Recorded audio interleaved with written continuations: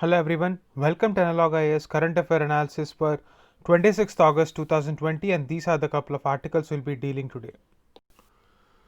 So this article is taken from the Indian Express Explained section and is titled Larger Questions Over Contempt.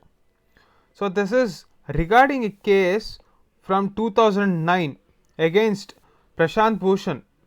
So what is this case about? In 2009, the advocate Mr. Prashant Bhushan was indicted in a case filed by senior advocate Harish Salve in connection with an interview that he gave in Tehelka magazine.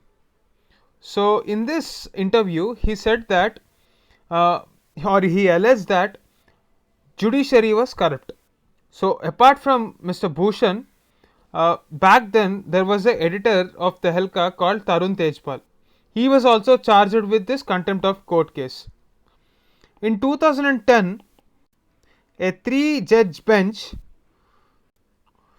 headed by Justice Altamas Kabir issued certain notices to both Mr. Bhushan and Tehelka.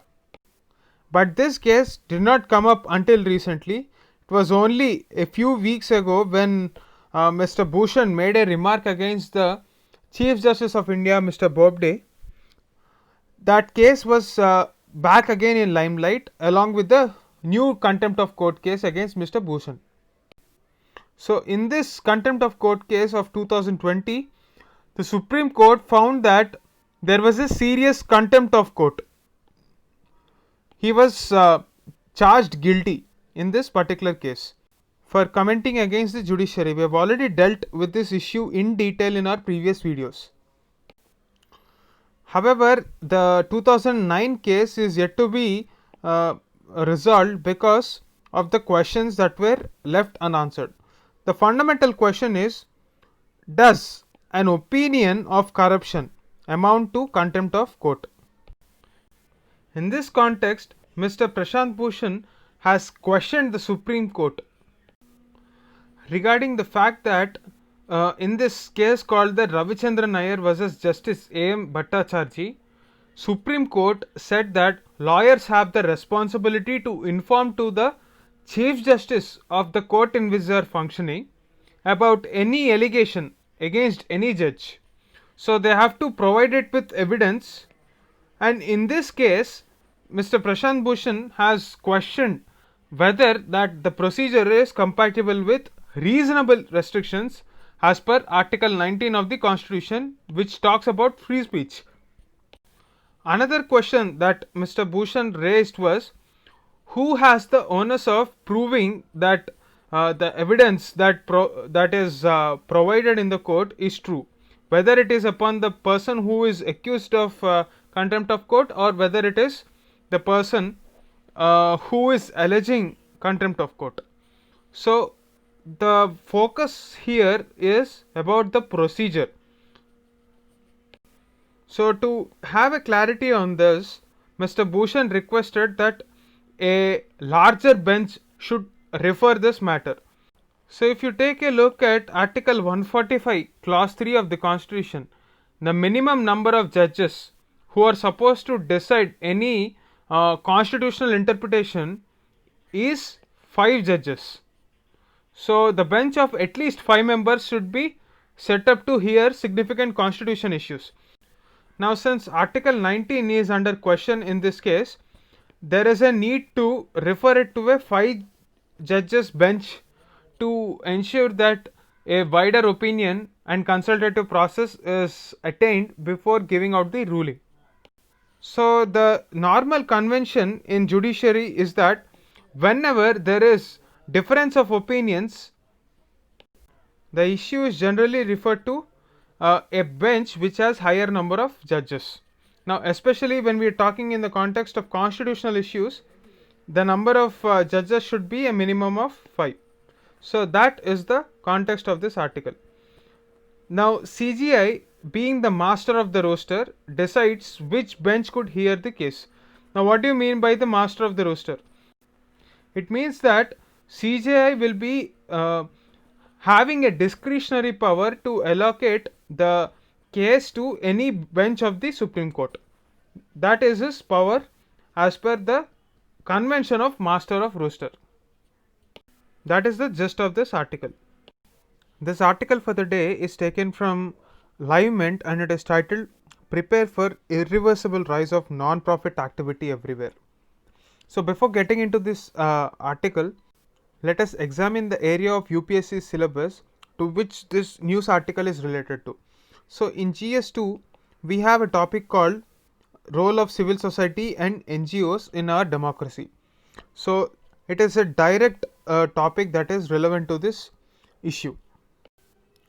So what exactly is a non-profit sector or what is a non-governmental organization? So both these are treated in a similar context and almost considered synonymous for general studies purpose. So if we take a look at the definition given by the World Bank. So World Bank defines NGOs or non-profit organizations that pursue activities to relieve suffering, promote the interest of the poor, protect the environment, provide basic social services or undertake community development. So these are the various facets as given out by World Bank. So if we have to sum up in a single word, the agenda of non-governmental organization is social welfare and participation in developmental processes. So this is the agenda of non-governmental organizations. So these organizations are not a part of the government, but they have a legal status. They are registered under Societies Registration Act 1860. The term in NGO in India denotes a wide spectrum of organizations. It can be both governmental as well as non-governmental, or sometimes a mixture of both, that is quasi-governmental. So it can also be voluntary or non-voluntary also. If we take a look at the various categories of NGOs that are present in India, we have different versions of them. But the need for NGOs is what we have to focus upon for our mains exam purpose. The kind of non-governmental organizations is not required for us. So what is the need for NGOs?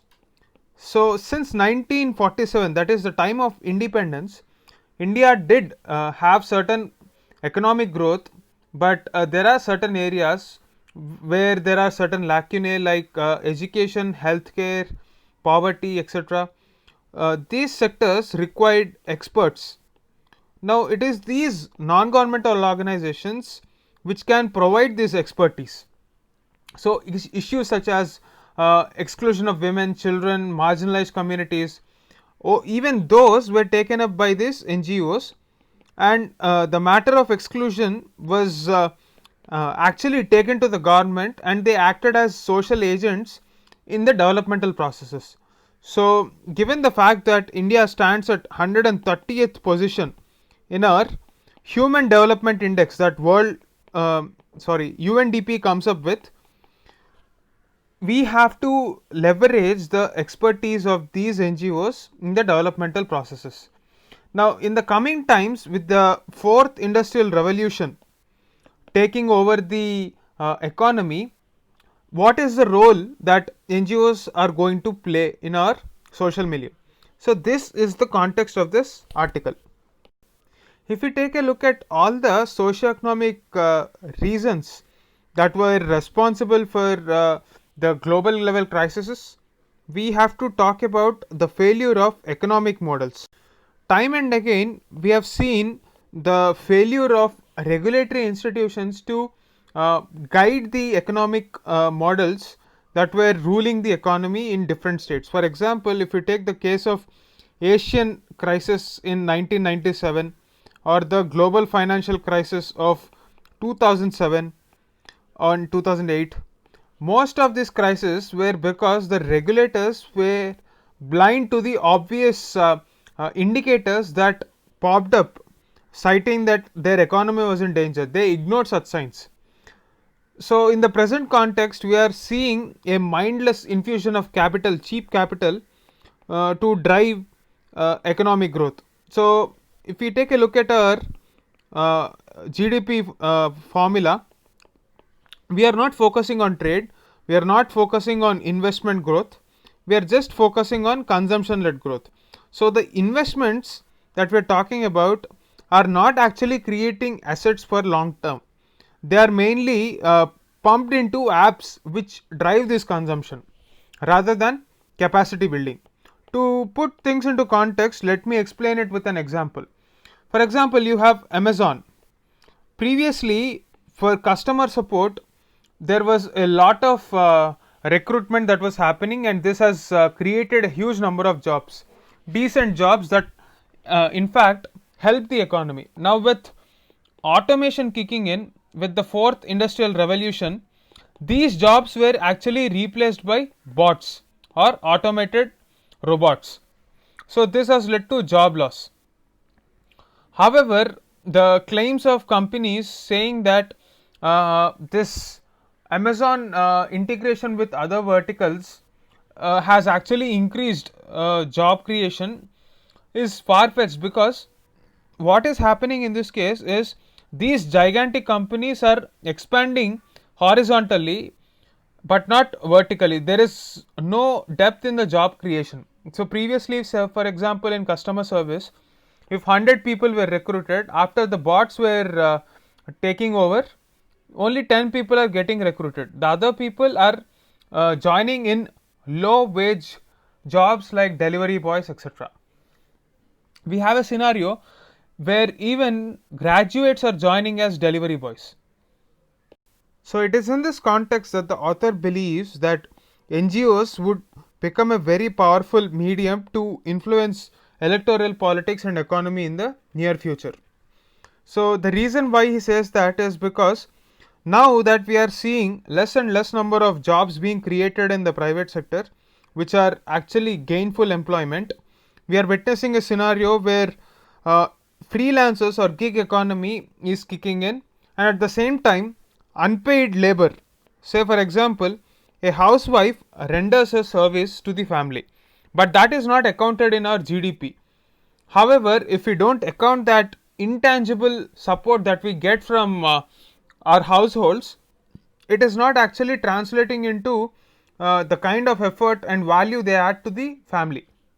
Similarly, after the automation takes over, if we are not actually taking into account the contributions of various sectors, freelancers, gig economy, we are not doing justice to the idea of GDP growth. Therefore, it is in that context NGOs will play as a major force to tap that potential into creating something that is redistributive, and something that, say for example, businessmen or large corporates don't see as something that is tangibly beneficial for economy. So today many governments focus on rural employment guarantee schemes like things and income distribution schemes which are unrelated to work. So we have had ideas like universal basic income to cash cash payouts for various segments of the population to ensure that they are driven out of poverty. But the governments have to realize that their real motivation is to ensure that a good quality life is required for all the people. So there has been a gap between the haves and the have nots, and this gap will be fulfilled by non governmental organizations according to this author. Hence, in that context, there is a need for better regulation, enlightened leadership, and greater professionalism in these NGOs. For that, we have to build our capacity, and this phrase that he uses is NGOization of economies. He says that it is irreversible. We should focus on making them more responsible and productive and less obstructive. The reason, focus on this last word, less obstructive. This is because NGOs were traditionally seen as activists rather than supporters of any government activity. So care must be taken by government to tap their potential and ensure that the objectives of the government are met through the social cohesion that NGOs have the capability to create. That is the gist of this article.